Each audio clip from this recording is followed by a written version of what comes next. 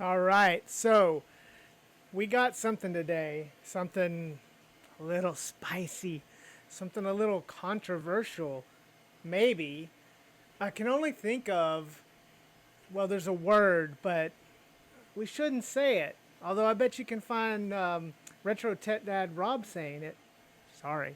But we do have another one today from the game console. We've got the adorable or creepy Mode My Mini. The one that has the little centered Stubbs?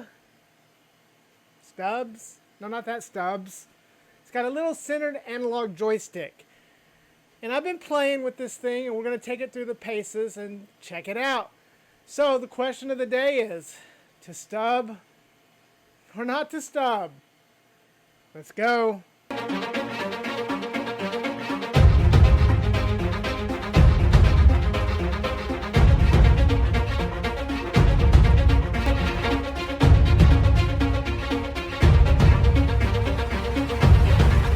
It's that time of the year, time to pay the tax bill.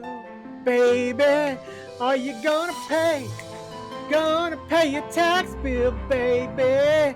Well, you better come to H&R Block. No, wait, I'm not a tax advisor or professional. Heck, I don't even know if I do my taxes correctly. I guess I have, because I've never been in trouble. Hey, Deadheads. Welcome back to the channel. Or welcome to the channel for the first time, new Deadheads. Today, we're going to take a look at the game console, My Mini. All right, so as always, we're going to take a look at the box. So this little guy arrived, and I, like many of you, was very intrigued, to say the least, by this little guy here. So picking up the box and looking at the box, it is presented in a very nice way. And usually game console gives us decent packaging. And we have a box here with the Mode My Mini, the name of this unit. I know a lot of people are calling this the R36 Mini. It looks like an R33S with a stick. So I don't know, but they are calling it the Mode Mini. The box front cover has some nice embossing. So again, it's presented very well. Taking a look at the side though, I want to show you guys something. This presented case Pscreen protector. What's that about? Prostate screening? No, never mind. So, anyways, turning the rest of the box, and we do have our colorways here. So it does come in 5 lovely colors, including a pink. Now we did go for the transparent blue here. I'm a sucker for transparent. So we went for the transparent blue, and we'll take a look at that here in a second. Turning the box around and getting to the back of it, we do have the specs here, and no surprises here. We are running the typical 640 by 480, 3.5 inch IPS screen with the Rock Chip 3326, rocking 1 gig of DDR RAM. So yeah, we got the basics, man. It's what everybody expects. Nothing to surprise here. So, moving on, let's get this guy out of the box. And much like the K36 Max and K36 Pro, R36 Max, not R36S. Man, it's confusing. R36 Max and Pro, we have a case. Okay, guys, sorry to interrupt the video, but I wanted to tell you something. I wanted to share something with you. This next week, March 17th, not only are we getting some big news in the world of gaming, stay tuned for that, Qualcomm, but AliExpress, our friends at AliExpress are having a huge anniversary sale. And I wanted to let you guys know about this anniversary sale, some codes I have, some awesome products that are out there. You guys have been watching the channel. You know that we like SD cards for our handhelds. We like the handhelds. There's plenty of handhelds out there. So I just wanted to stop and give you guys a little heads up to look for this anniversary sale happening March 17th, 2025. It's going to be some of the biggest celebratory sales they've had. AliExpress has been going for more than 10 years, guys. So make sure you hit the links on below. Share it with your friends. Let's save some money.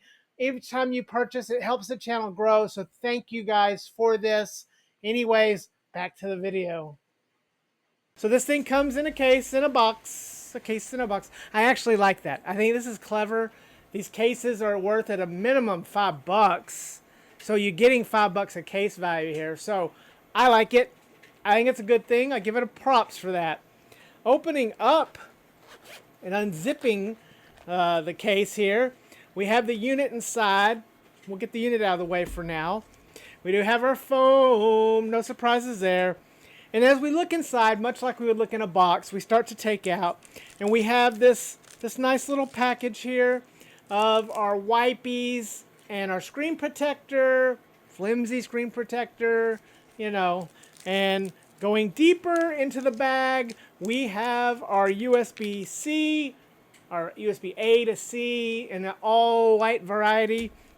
And then lastly, we have our manual. So the manual here is decent. It's got some color in it. It has some funny language in it. There's a section here that I noticed how to unlock child mode. Child mode. Press start. Select unlock user interface mode. Press A and press AAABA to unlock. I don't know. It wasn't locked, but okay, so there's a child mode on here. I don't know. But the manual, is probably helpful. But nothing there that's a surprise as I put this stuff back together. But now, let's get our hands on the unit. And first impressions, picking up the unit, immediately I felt good build quality. So much like the R36XX that we just reviewed, and the we can't say that. The Battle XP G350, these devices are starting to get better quality with the plastics. They're probably using a bunch of similar third-party vendors to produce things, and this one has a nice build quality on this transparent. I gotta say I was a little bit impressed with the build quality. So first impressions, picking it up, very nice thin bezel. The screen pops in a good way. It's nice looking.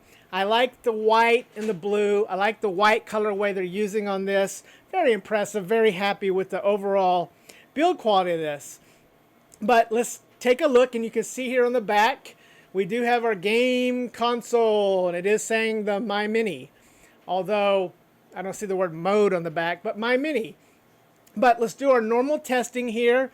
And as always, let's start out with the buttons, and the buttons are nice. Buttons are nice.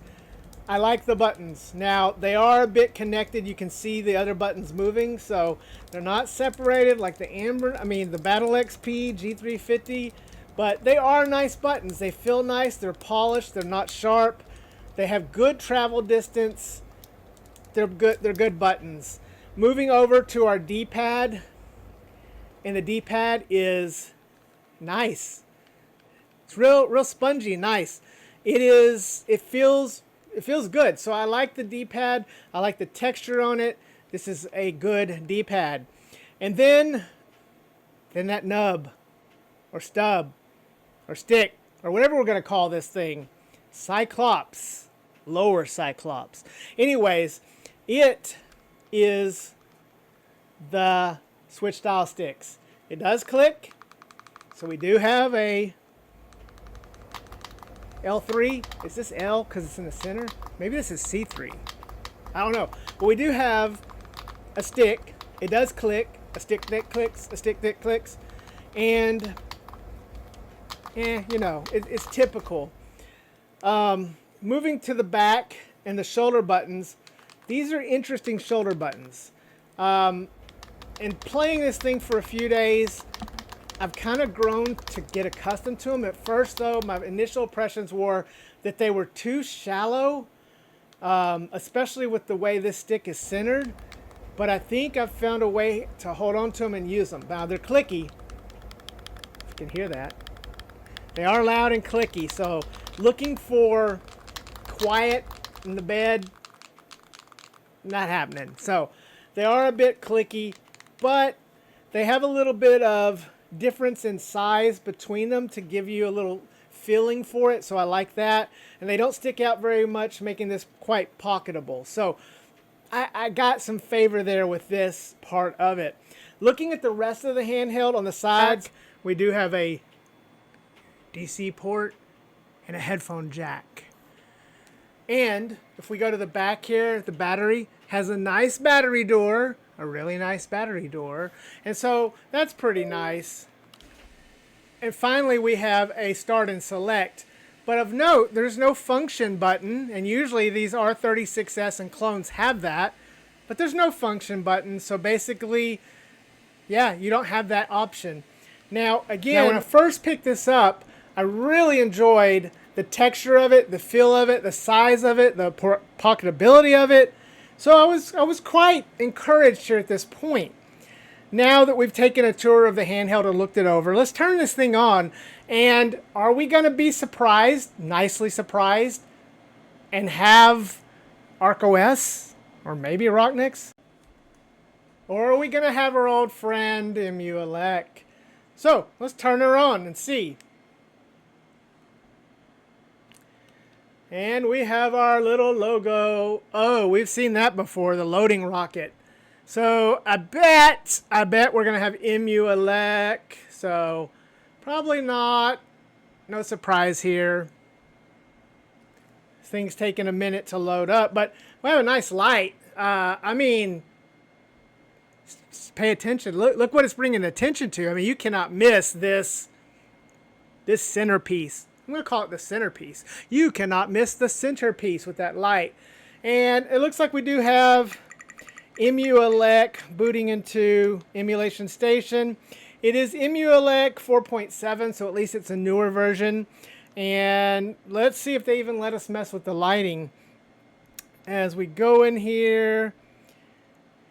And yes, there is an LED setting so that we can change the lighting here. So nice that that's in there. I'm glad they included that. So kind of like that. I mean, I gotta say, even though it looks like a glowing belly button, umbilical cord pit, whatever, I kind of like that it looks like that. So software wise, we're dealing with Emuelec. We have Emulation Station.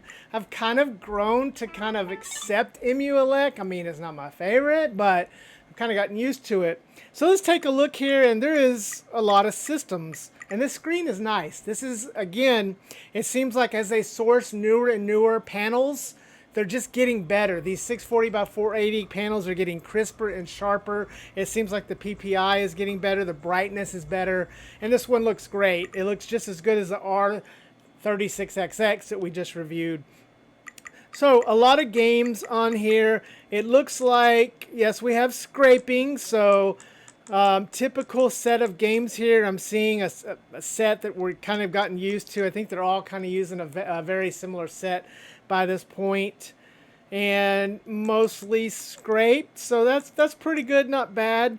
Now, this thing does not have Rumble. It does not have Wi-Fi, and I'm going to do a video here shortly comparing the R36XX with its Wi-Fi, which is an R36S with Wi-Fi, and the Bionic, the Battle XP G350 with its Rumble. So neither of those in this handheld right here.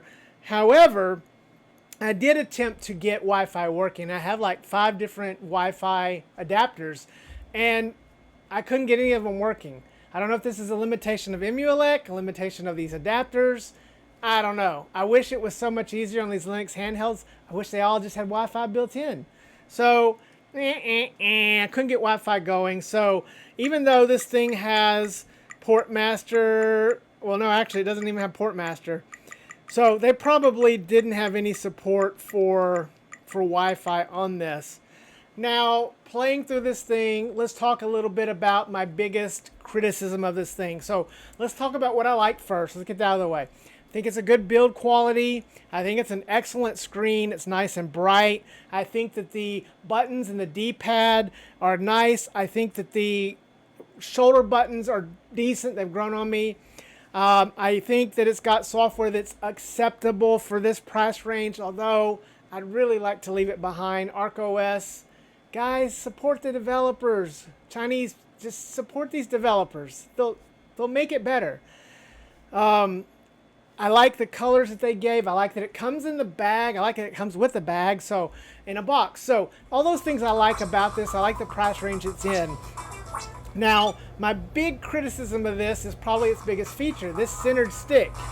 While this centered stick seems to be like a good idea, with the N64 and the way that worked, that was manageable. I find myself, it's awkward.